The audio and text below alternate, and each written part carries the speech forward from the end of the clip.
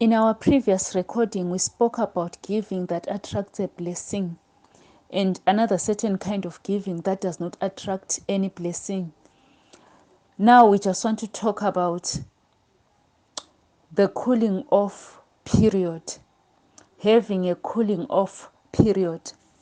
We're going to take our Bible reading from the book of Genesis, chapter 21, chapter 22, starting from verse 1. It says, "And it came to pass after these things that God did tempt Abraham, and said unto him, Abraham. And he said, Behold, here I am. And he said, Now take your son, thine only son Isaac, that you love, and get thee into the land of Moriah, and offer him there for a burnt offering upon one of the mountains which I will tell thee of. And Abraham rose up early in the morning. God told Abraham to offer his son. And it was in the following morning that Abraham went to offer Isaac. So I want to say that, to me, that gap between God speaking and sleeping over it, not that Abraham was pondering or thinking that was it God. Remember, Abraham was a man of God. Abraham really heard from God. But you might find that as for you yourself, as you are growing in the Lord, maybe at certain times you are not so clear of the voice of God. And because you are not so clear of the voice of God, there are some things that you must sleep over before doing. For example, okay, I'll give an example, but I want to be very clear. I don't go to such a church, but I'm just giving an example, talking from what I see in this life that I also live. I am also exposed to how other people do their things. For example, the men of God of your church can say that those who are giving title deeds, come to the front. Those who are giving to your cars, come, give your cars now, give your title deeds now. It is possible for you to think that you are hearing from the Spirit of God that you have to give your kind, your title deeds. While you are just hearing a voice from your flesh. It is your flesh speaking.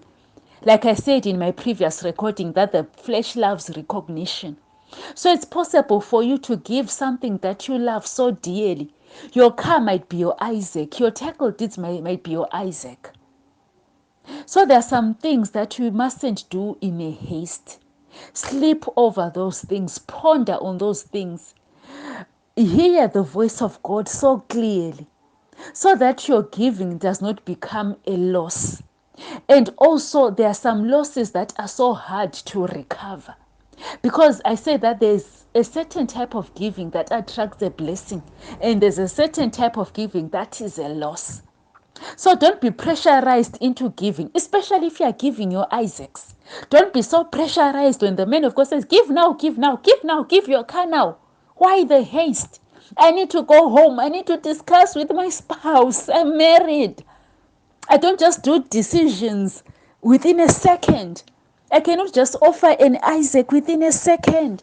I need to make sure that is the voice of God that I'm hearing and not the voice of the flesh.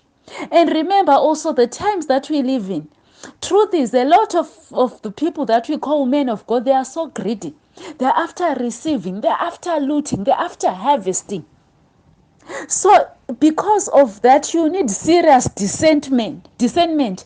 Even if it's the pastor speaking, make sure that you yourself, you are hearing God as an individual. You are not being pressurized by another person to give your Isaacs. So have a cooling off period whereby you go home, you sit down with your spouse, you discuss, we need to give this Isaac. What do you feel? What do you sense? What is God saying to you? Because I will tell you truth, this area of finances has broken a lot of marriages.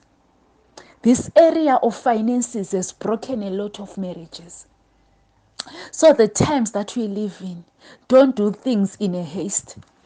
At one time, I attended this other conference in a certain church, Then they'd invited a man of God from overseas. Then this man of God came, and the man of God says that, give. I think that man of God was saying that was it's like maybe 12 years or 15 years ago. And that man of God says that, give.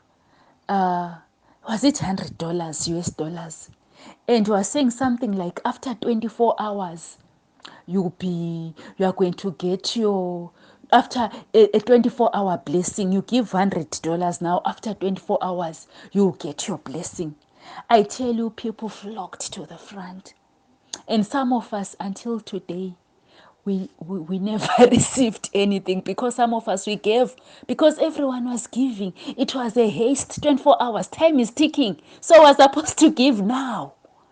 So be careful of giving in a haste. There's no reward in such a giving. There's only a reward if you are very sure that it is the Spirit of God and not your flesh speaking.